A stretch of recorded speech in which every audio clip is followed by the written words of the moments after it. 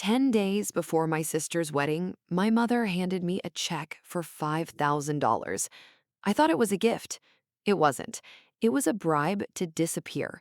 She slid it across the kitchen counter, her French manicure tapping twice on the paper, and she said, without blinking, "Take this, book a trip, be somewhere else that weekend. We all know what happens when you show up to things that matter." I stared at that check. I stared at my mother, and I made a decision right then and there that would change everything. I didn't take the money. I planned a wedding instead. My wedding. On the exact same weekend as my sister's. And what happened next? The fallout, the exposure, the moment the internet got involved, my mother is still recovering from it 2 years later.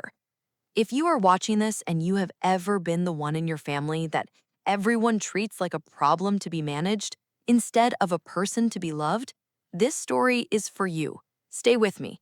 And if you're new here, welcome to Soulful Drama Stories. Hit that subscribe button and that notification bell right now, because we tell stories that hit different every single time. Let me take you back to where this really started. My name is Celeste Archer. I'm 29 years old.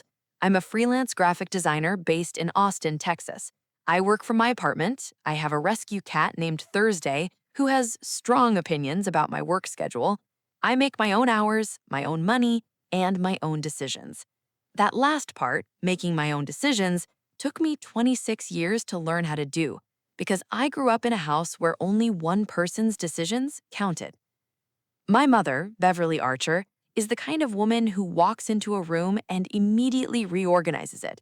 Not because anything was wrong with it, but because she needs to feel like her hands shaped everything in her line of sight. My father, Ronald Archer, is a quiet man who has spent 33 years saying, "Your mother has a point," even when she absolutely did not have a point. And then there's my sister, Tiffany, 4 years older than me. Same mother, completely different treatment. Let me explain something about Tiffany. She's not evil, she's not cruel, but she has always known, the way the favored child always knows, that she is the axis the family revolves around. She got the better bedroom, the bigger college fund, the longer hugs, the fewer criticisms. I got the version of my mother that was left over after Tiffany had been loved. Growing up, I heard the following things so often, they became wallpaper. "Why can't you be more like your sister? Tiffany never caused this much trouble. You make everything harder than it needs to be, Celeste." I was not a difficult child. I was a curious one. I asked questions. I pushed back. I drew on things I wasn't supposed to draw on, mostly because I was good at it and nobody noticed until I started selling the art in my 20s. But to my mother, a child who pushed back was a child who disrespected her, and disrespect was the worst crime in Beverly Archer's house. I remember being 11 years old and drawing a mural on the inside of my closet door, floor to ceiling, a whole forest scene, trees with faces, birds carrying letters, a moon with a clock for a center. I spent 3 weekends on it. It was honestly extraordinary for an 11-year-old. My mother painted over it, not because it was bad, because she hadn't approved it. She stood there with the roller brush and a can of white paint, and she said, "This is not your wall to do with as you please." I didn't cry in front of her. I learned young not to give her the satisfaction of knowing she'd landed something. But I went to school the next day and I told my art teacher, Miss Garland, what happened. Miss Garland looked at me for a long moment. Then she gave me the biggest sketchbook she had in the supply closet, and she said, "Put it in here instead, where nobody can paint over it." I filled that sketchbook in 6 weeks. Miss Garland kept it for me in her desk drawer so my mother couldn't touch it. That was the first time I understood something important. The people who are supposed to protect you sometimes won't, but if you pay attention, someone else will show up. I spent my entire childhood collecting those someones. Teachers, friends' parents, my cousin Deja's mom, Aunt Lorraine, who once told me at a family cookout, "You know you're the interesting one, right? Don't let anybody sand that down." I held on to that for years. Here's the thing about growing up as the second daughter in a house like ours. You spend so many years watching the way the favorite child moves through the world. effortlessly, lovingly received, that you start to believe the problem must be you. That if you could just adjust yourself a little, smooth your edges, speak softer, want less, then maybe the warmth would extend your way too. I tried that, briefly, when I was about 13. I spent a whole school year being the version of Celeste I thought my mother wanted. I joined the volleyball team even though I hated it. I stopped talking back. I wore the clothes she bought without complaining. I smiled at her friends and said the right things, and I was, by every visible measure, easy. My mother was slightly less critical of me that year. She was not warmer, she was just less annoyed. And I realized, with the clarity that sometimes only to 13-year-olds who are paying very close attention, that this was never going to be enough, that I wasn't being managed because of how I behaved. I was being managed because of who I was. And who I was made her uncomfortable in a way she couldn't name and couldn't fix, and so she just kept trying to minimize it. I stopped trying to be the easy version of myself after that. Tiffany learned early to smooth things over, to agree, to perform gratitude. She's excellent at it, honestly. She can smile at something that infuriates her without a single muscle flinching. My mother calls it grace. I call it survival strategy. I just developed a different one. Mine was to leave. The moment I graduated from UT Austin with my design degree, I rented an apartment 12 minutes from campus, and I built a life that Beverly couldn't reorganize. Client work, my own schedule, my own space. My mother told people I was going through an independent phase. That phase has now lasted 7 years, and everything was actually fine. Manageable, at least, until Tiffany got engaged. I didn't know it then, but the day Tiffany announced her engagement was the day my mother started building a case against me. Tiffany got engaged in November. Her fiance, a man named Preston Cole, is an orthodontist from Houston who wears boat shoes unironically and laughs at his own jokes before he finishes telling them. I tried hard to like Preston. I am still trying. The engagement party was at my parents' house in San Antonio. Catered, 40 people. My mother wore a cream dress that cost more than my monthly rent and gave a toast that mentioned herself 6 times. I sat at a table near the back with my cousin Deja, and we drank the open bar's wine, and I genuinely tried to be happy for Tiffany. And I was, mostly. The problem wasn't Tiffany getting married.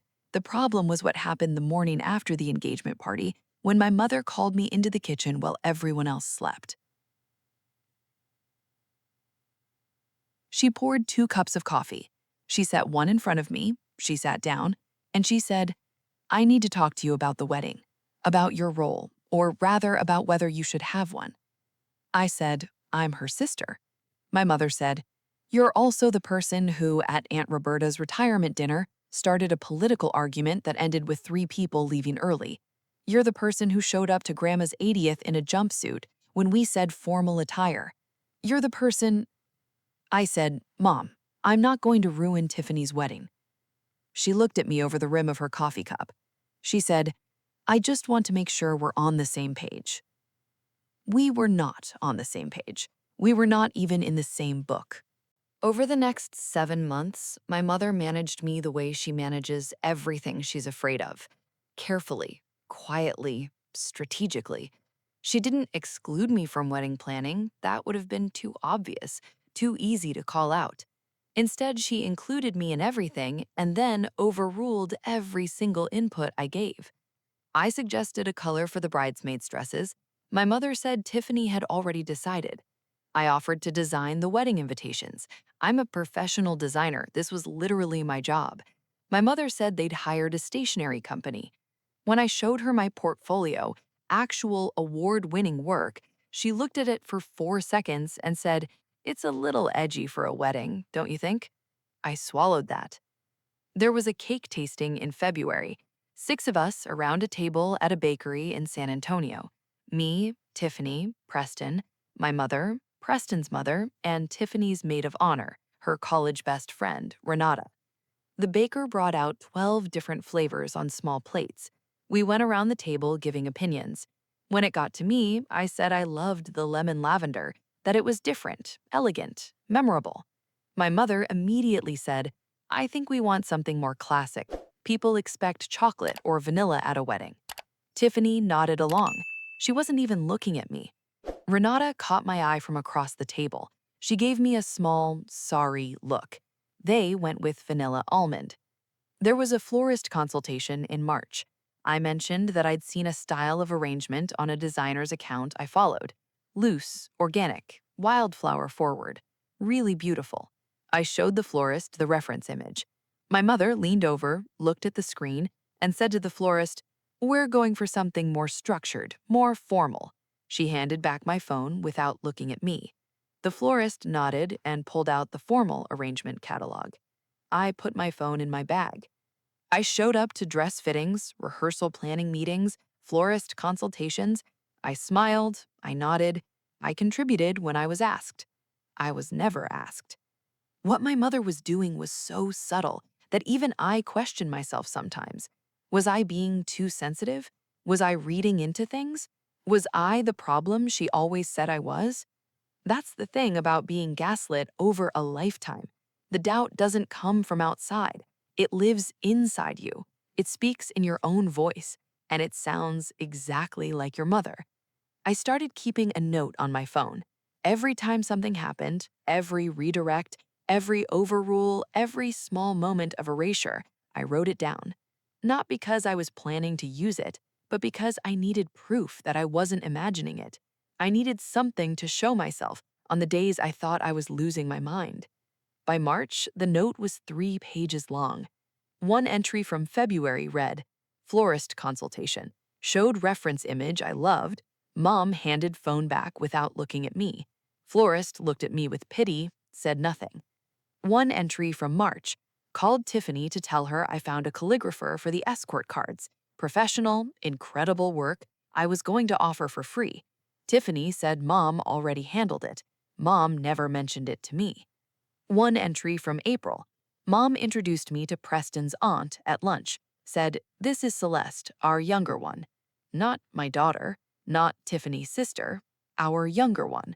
Like I was a category, a footnote. I showed Damien the note once. He read it in silence. He looked up at me with an expression I can only describe as quiet fury. Not at me, for me. He said, "You know this isn't normal, right?" I said, "I know." He said, "Does Tiffany know?" I said, "Tiffany is getting married." He understood what I meant, that Tiffany was in the bright center of her own story, and I was not going to drag her out of it to deal with mine. Not then. But the list kept growing. Tiffany, for her part, seemed to exist in a soft haze of pre-wedding happiness that insulated her from what was actually happening. She wasn't cruel to me, she just wasn't looking. She was looking at Preston, at centerpieces, at cake flavors. She wasn't looking at the way our mother flinched every time I spoke, the way Beverly would subtly redirect conversation when I started talking, the way she once, and I will never forget this, put her hand on my arm during a venue meeting and said, just loud enough for me to hear and no one else, "Let me do the talking." I was 28 years old. I let her do the talking, and I told myself, get through this. It's Tiffany's day, just get through it. I didn't know then what my mother was planning. I didn't know she'd already made a decision about me that she hadn't bothered to share. Not until the kitchen counter. Not until the check. 4 months before the wedding, I met someone. His name is Damian Reyes.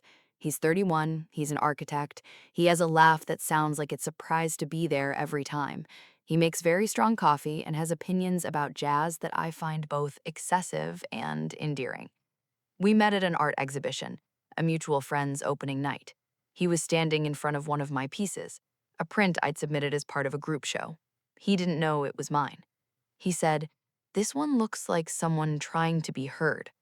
I said, "That's the most accurate thing anyone said about that piece." He turned around. We talked for 3 hours. 6 weeks later, I told Tiffany I was seeing someone. She was thrilled. She immediately said she wanted to meet him, wanted to include him in the wedding festivities, wanted to seat us together at the reception. Tiffany, in this moment, was genuinely wonderful. My mother was not. My mother called me the day after I told Tiffany. She said, How serious is this? I said, Pretty serious. Silence. She said, You're not thinking of bringing him to the wedding. I said, Tiffany already invited him. The silence this time was different, loaded. She said, I'll talk to Tiffany. I said, About what? She said, About the seating. There are complications. There were no complications. There was just my mother calculating what my happiness would cost her in terms of the image she'd constructed for Tiffany's wedding weekend. What happened next was the check. 10 days before the wedding, I drove to San Antonio for a final family dinner, a rehearsal prep evening. Nothing formal, just immediate family. Me, Tiffany, Preston, my parents, Preston's parents. After dinner, while Preston's family was in the living room and Tiffany was upstairs on the phone, my mother asked me to stay in the kitchen. She reached into the drawer where she keeps stamps and grocery lists. She slid the check across to me. She said, Take this, book a trip, be somewhere else that weekend. We all know what happens when you show up to things that matter. I looked at her. She didn't look away. She meant every word. I said, What does that mean, we all know? She said, It means Tiffany deserves a perfect day, and when you're in a room, things happen. You say the wrong thing, you stand out when you shouldn't, you make it about yourself without even meaning to. This is her day, not yours. I said, You're asking me to miss my sister's wedding. She said, I'm offering you options. I said, Have you talked to Tiffany about this? Her eyes moved, just slightly, just enough. She hadn't. My mother was doing this behind Tiffany's back. She was cutting me out of her eldest daughter's wedding without telling her eldest daughter. I picked up the check. I looked at it for a long moment. I set it back down on the counter. I said, No. I walked out of that kitchen. I drove back to Austin. I did not speak to my mother for 11 days. And in those 11 days, I made a decision that my mother, even now, still cannot fully comprehend. Stay with me, because what I planned next is either the most unhinged thing you've ever heard or the most brilliant, depending on who you ask. And by the end of this story, I think you'll know which one it was. If you haven't subscribed yet, do it right now and drop a comment below. Have you ever been the overlooked sibling? Tell me, I read every single one. Here's the part I don't tell most people. The night I drove back from San Antonio, I didn't go straight into planning mode. I didn't pick up my phone and start plotting. I didn't feel powerful or righteous or clear. I sat in my car in my apartment parking lot for 40 minutes, and I cried. Not the dramatic, cinematic kind of crying, the ugly, quiet kind. The kind where you're not crying because something surprised you, you're crying because something confirmed what you've always been afraid was true, that you are the expendable one, that the people who were supposed to choose you chose themselves every single time, and wrapped it in language about love and family and what's best for everyone, as if everyone somehow never included you. I thought about every birthday dinner where the conversation drifted back to Tiffany within 20 minutes. Every holiday where my mother would find something small, something almost invisible, to correct about me. The way I'd set the table, the outfit I'd chosen, the story I was telling. Something, always something. And now this, a check in a kitchen drawer, pre-written, folded, waiting. She had planned it. It wasn't an impulsive moment. She had sat down sometime in the weeks before that dinner, written out a check for $5,000, put my name on it, and tucked it into the drawer with the stamps and the grocery lists. Like it was an errand. Like buying me out of my own family was just another item on a Tuesday to-do list. That's what broke me open in that parking lot. Not the money, not even the words she'd said, but the premeditation, the calm, organized certainty that this was simply what needed to be done. I had been a problem to be managed for so long that managing me had become routine. I called Damien. He answered on the second ring. I told him everything. He listened the way he always listens, completely without interrupting, without rushing toward a solution. When I finished, he said, "What do you want to do?" Not here's what you should do, not here's what makes sense. What do you want to do? That question, that simple four-word question, do you know how rare it is? Do you know how many years I'd gone without someone asking me that and actually meaning it? I exhaled for the first time in hours.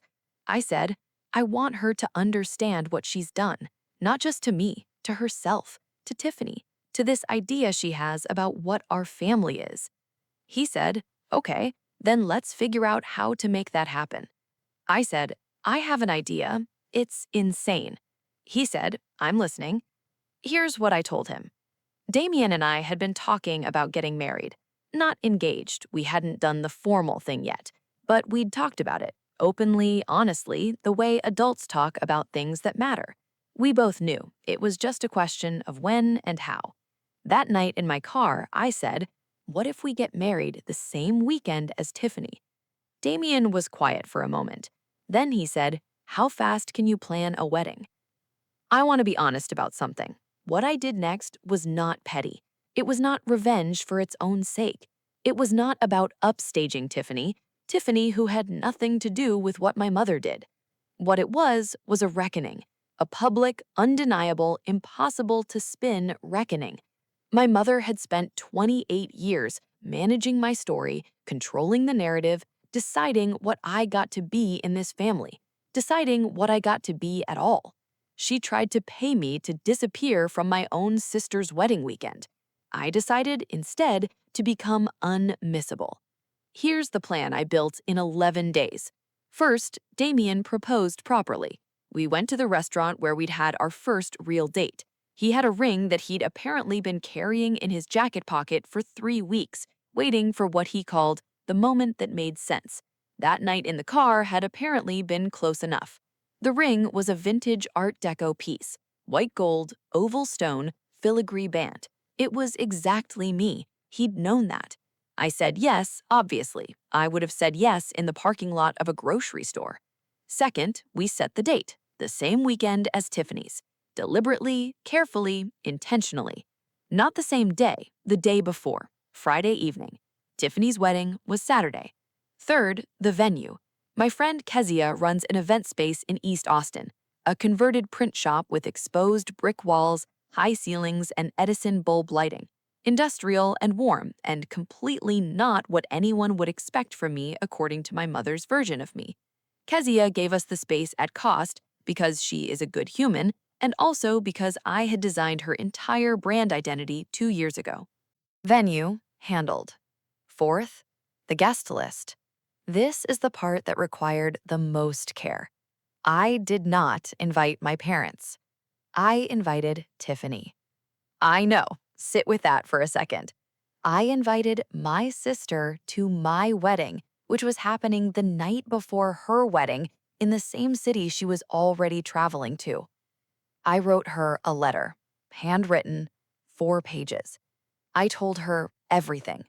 The kitchen, the check, the 7 months of being managed and minimized and preemptively blamed. I told her what our mother had said to me, word for word. I told her I was not doing this to hurt her. I was doing it because I refused to be invisible anymore. I told her that I wanted her there if she could come, that it was her choice and I would love her regardless of what she decided. I sealed the letter and I had it delivered by courier to the hotel where Tiffany and Preston were staying the night before the wedding weekend. Fifth, the internet. My friend Solange runs a lifestyle and storytelling account, 47,000 followers. She does intimate, beautifully shot content, real moments, real emotions, nothing staged feeling. She agreed to document the whole evening, not to post immediately, to hold it. I told her, if everything goes the way I think it might, you'll know when to post.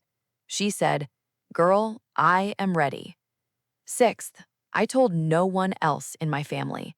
Not my aunts, not my cousins, not family friends. Nobody who might tip off my mother before the moment arrived. I had 11 days to pull this off, and I didn't know, not yet, what Tiffany was going to do when she read that letter. What she did next is what changed everything. Tiffany called me 3 hours after the courier delivered the letter. I was at Keziah's print shop going over setup details when my phone rang. I picked up. For a moment, neither of us said anything. Then Tiffany said in a voice I hadn't heard from her since we were teenagers, "She told you to miss my wedding." It wasn't a question. I said, "Yes." Silence. Tiffany said, "She never told me she was going to do that." I said, "I know."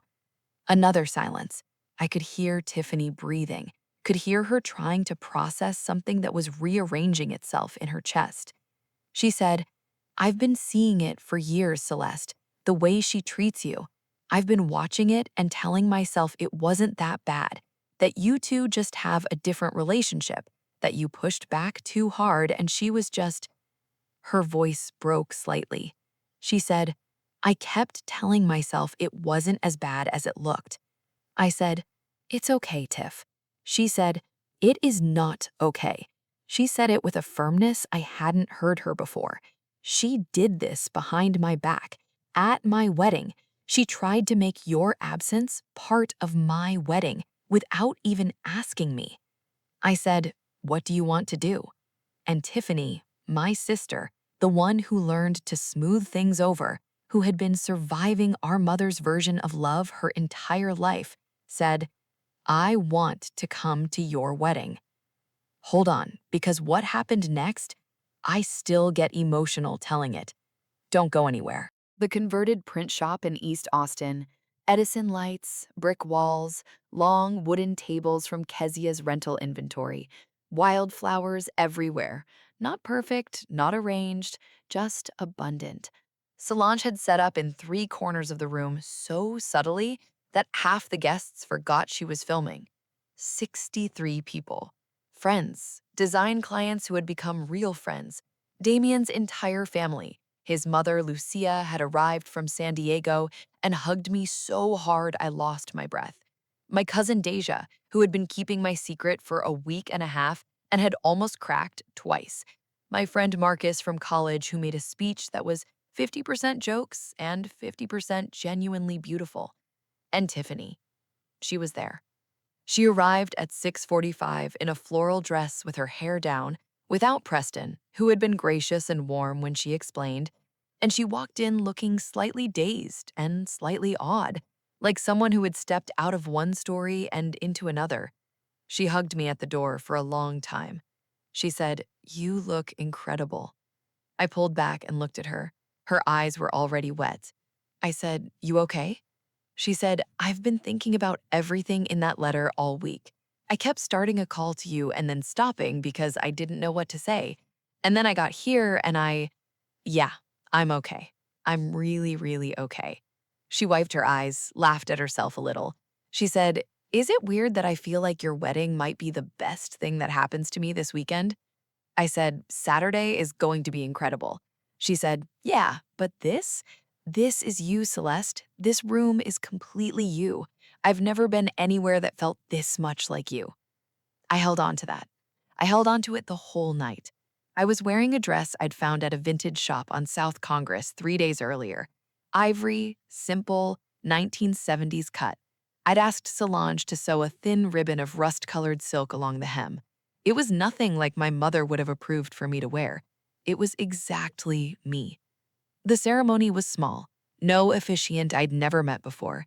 My mentor from college, a woman named Dr. Vivian Ward, who'd known me since I was 18 years old and convinced me not to drop out when my mother told me graphic design wasn't a real career. She married us. Her words were true and short and specific to us. She said, "Celeste has been designing things her whole life. Images, ideas, identities for other people. What I've watched her build in the last 3 years is the most important design project of her life, a self she never got permission to be. Damien, you didn't build that, but you recognized it. That's just as important." Damien's vows were handwritten on an indexed card he'd folded so many times it had gone soft. He read them with his reading glasses on and his voice steady, except for once near the end. He said, "You spent years being told that you were too much, too loud, too complicated, too likely to make something happen that someone else didn't plan for. I want you to know that is the exact version of you I said yes to. I would not edit a single word. My vows were shorter. I'd written them on a cocktail napkin the night before because that felt right. I said, "You asked me what I wanted to do. You've kept asking me that. I want to spend the rest of my life being asked that by you." The room was completely quiet when I said that. The kind of quiet that means everyone heard something true. Then Vivian said we were married, and 63 people erupted. Cousin Deja was screaming. Damien's mother Lucia was crying so hard her mascara was fully gone. My friend Marcus from college stood up on his chair, which Kezia definitely did not approve of, and hollered something I couldn't hear over the noise. I stood in the middle of all of it, and I felt something I hadn't felt in so long that I almost forgotten it was a feeling I was capable of. Completely, unapologetically seen. Not despite who I was, because of it. When it was done, when Vivian said we were married and everyone cheered, I looked out at 63 people who had chosen to be in that room. And I looked at my sister, standing in the second row, crying happy tears with mascara halfway down her face. And I thought, this is my family, the one I built. Solange from her corner was crying behind her camera. She texted me 3 minutes later, "Can I post now?" I texted back, "Not yet. Tomorrow." Tiffany's wedding was at 3 o'clock on Saturday at a San Antonio hotel ballroom. She was the most beautiful I had ever seen her. Preston was nervous and sweet and actually quite moved when he saw her. I was there, front row, bridesmaid's dress, flowers in hand. My mother saw me walk in.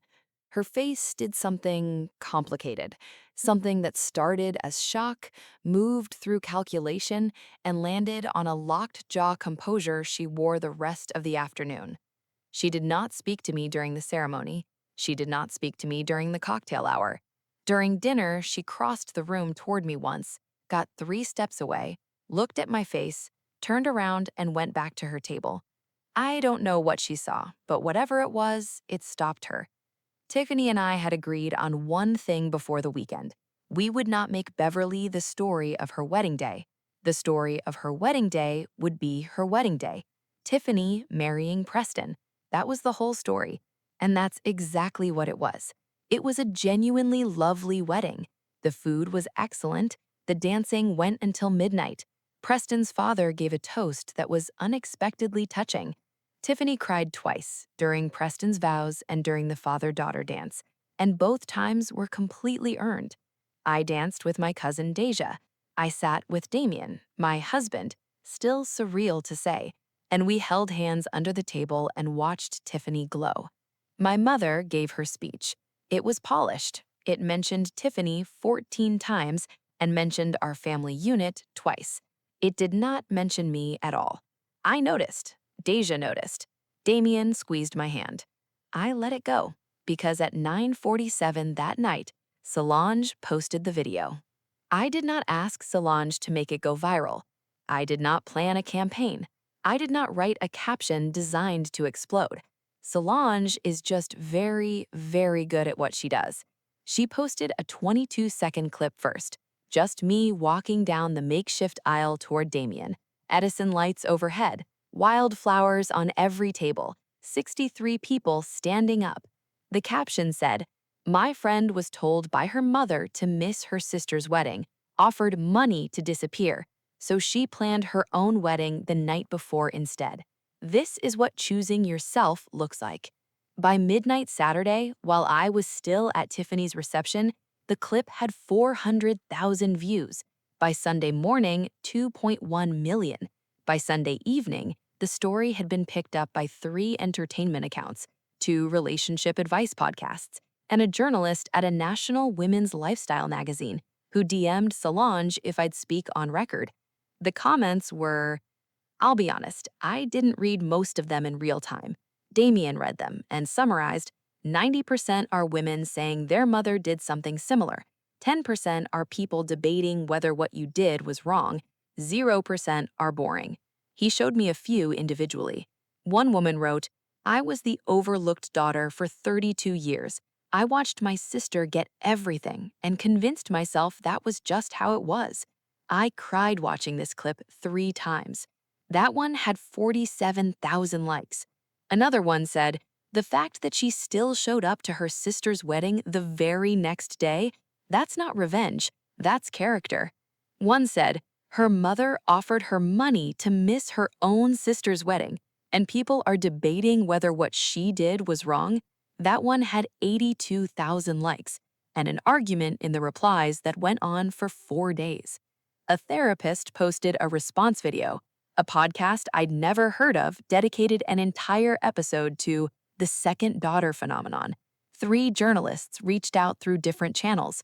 The story had a pulse, and it kept beating. My phone was full of messages from people I hadn't spoken to in years, from strangers, from other daughters who had been told in one way or another that they were the problem, the inconvenience, the one who needed to be managed down so everyone else could shine. Every single one of them said some version of the same thing. I needed to see someone do this. What I didn't expect, what genuinely surprised me, was the message I got from Preston, Tiffany's husband, my new brother-in-law. He texted me Sunday morning while Tiffany was still asleep in their hotel room. He said, I want you to know I always thought the way your mother spoke to you was off.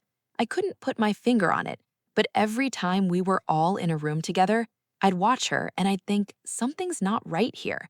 I'm glad you didn't disappear. Our family needs you in it. I read that 3 times.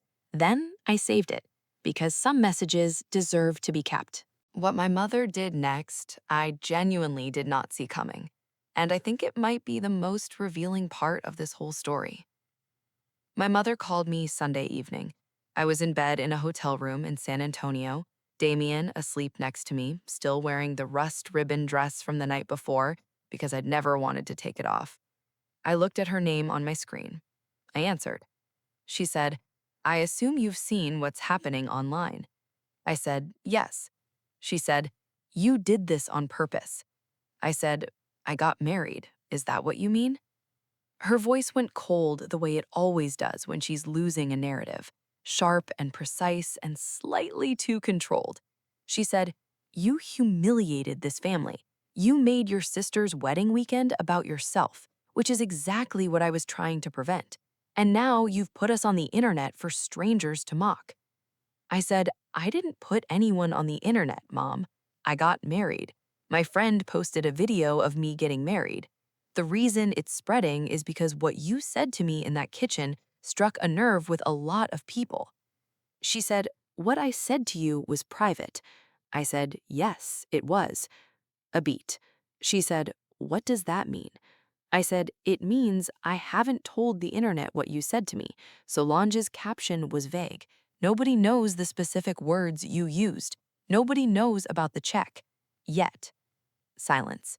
I said, that's your choice, Mom, whether that stays private or not, whether you call me again with threats, or whether you spend some time actually thinking about why this is the story that 4 million people identified with in 48 hours. She said nothing. I said, I'm not trying to destroy you. I'm not trying to make you a villain on the internet. I'm trying to get through to you in the only way you've ever responded to, consequences. Another silence, long one. She said, what do you want from me, Celeste? And I said something I had been rehearsing in my head for 11 days. I said, I want you to understand that when you handed me that check, you didn't protect Tiffany's wedding. You told your daughter that her presence was a problem to be solved with money. And I need you to sit with what that means, not what you intended, what it meant. She said, I was trying to. I know what you were trying to do. I always know what you're trying to do. I need you to know what you actually did. I didn't wait for her response. I said, I love you, I think, in the complicated way you love someone who has hurt you and won't ever fully understand why. But I am not available to be managed anymore. If you want a relationship with me, it looks like this. It looks like you call me because you want to talk to me, not because you want to control what I do. I said, "When you're ready for that, call me." I hung up. Damien stirred next to me. Half asleep, he said, "How'd it go?" I said, "I told her the truth." He said, "How do you feel?" I thought about it for a moment. I said, "Like I just finished a project I've been working on my whole life." He smiled without opening his eyes. He said, "Good, now sleep." I slept better than I had in years. Here's what happened in the weeks after. The internet moved on the way the internet always does. 4 million views became a footnote in the algorithm. Solange gained 12,000 followers. I got 3 new design clients who found me through the story. Damien started getting asked at work if he was the guy from that wedding video and found this deeply funny. My father called before my mother did. This surprised me. My father, Ronald Archer, the man who had spent 33 years saying, "Your mother has a point," called me on a Wednesday, 10 days after the wedding weekend, and he said something I had never once heard him say in my entire life. He said, "I should have stepped in more over the years. I saw things that weren't right, and I told myself it wasn't my place, that my mother knew what she was doing, that it wasn't that bad." He paused. "I was wrong to stay quiet." That's all he said. He didn't elaborate, he didn't apologize dramatically, he didn't promise to change or explain himself further. He just named it and let it sit there. I said, "Thank you for saying that, Dad." He said, "I don't know what comes next, but I wanted you to know I know." We hung up, and I sat with that call for a long time because it wasn't everything, but it was something. And sometimes something is exactly what you needed to know was possible. My mother did not call for 3 weeks. When she finally did, it was different. Not a transformation, not a moment of cinematic redemption. Life doesn't always work that way. And I'm not going to lie to you and tell you my mother became a different person because the internet watched a video. But something had shifted. She called on a Tuesday afternoon. She asked how I was. She asked about Damien. She asked, and I want you to understand how unusual this was. She asked about my work, what I was designing, what I was building. She asked like she actually wanted to know. We talked for 22 minutes, the longest real conversation we'd had in years. She didn't apologize. Not in those words. Not, "I'm sorry." My mother is not built for those 2 words yet. But near the end of the call, she said, "That dress you wore in the video, it suited you."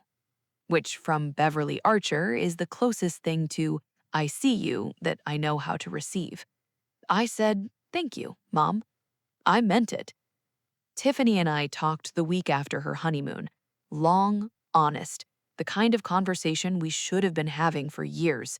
She said, "Preston and I talked about it a lot, about the family dynamic, about what we want our own home to feel like. He's very clear that he doesn't want our kids, if we have them, to grow up watching the kind of thing we grew up watching."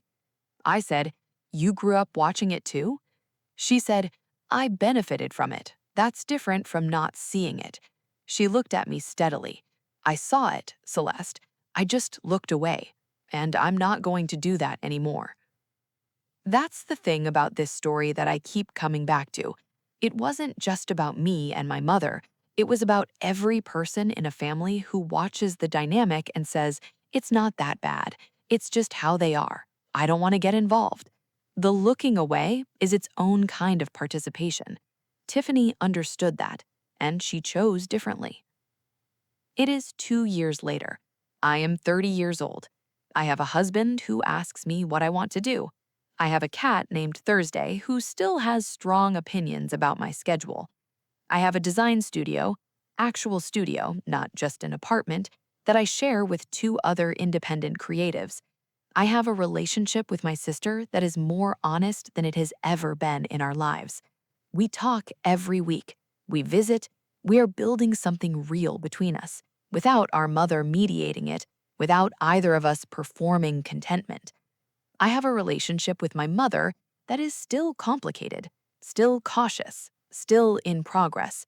She came to dinner in March. She sat in our apartment and she looked around at the things I've built, and she said, very quietly, almost to herself, "You really did make something."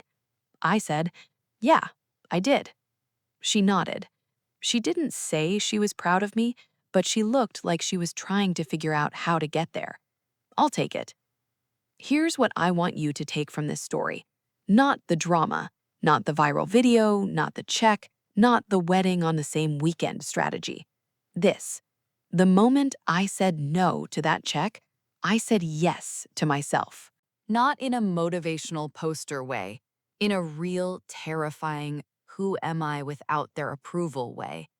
Because here's the truth that took me 28 years to understand. The people who try to manage you out of the room don't actually believe you'll leave. They believe that your fear of being cut off is bigger than your need to be real. My mother believed that for 28 years. She was wrong. And the moment I proved it, not with anger, not with revenge for its own sake, but with the simple, quiet act of building something beautiful on my own terms, everything changed. Not because I forced her to change, I couldn't force that, because I stopped giving her the power to define me. That's the real wedding that happened that weekend.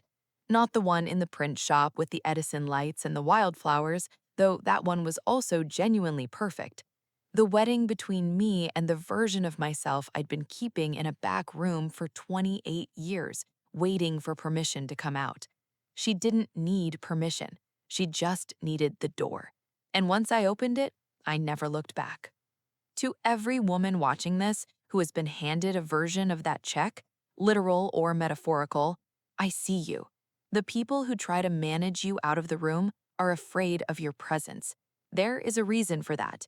You are more powerful than they want you to know. You don't have to plan a viral wedding to reclaim yourself. You just have to say no to the thing that asks you to disappear.